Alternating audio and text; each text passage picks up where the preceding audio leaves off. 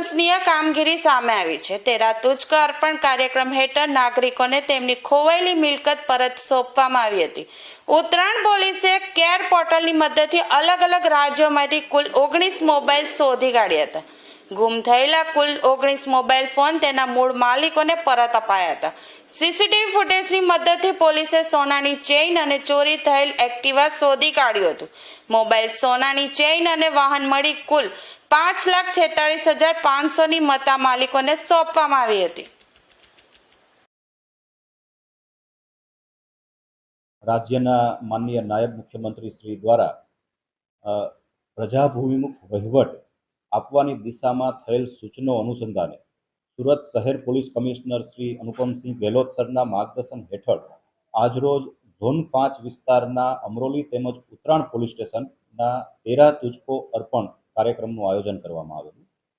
સમગ્ર કાર્યક્રમમાં લગભગ 40થી વધારે ફરિયાદીઓના સામાન સોંપવામાં આવેલા, જેમાં મોબાઈલ, સોનાના ચેઇન સહિતના 10 લાખથી વધારેના મુદ્દામાલનો સમાવેશ થાય છે।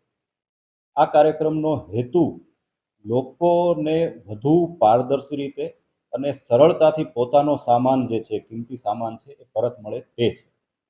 ભૂતકાળમાં જે હાડમારી સહન કરવી પડતી તે ન કરવી પડે, તેમજ આજની તારીખે પણ લોકો જે સાચા છે અને સીધા અને સરળ છે તે પોલીસ સ્ટેશને આવતા સંકોચ અનુભવે છે।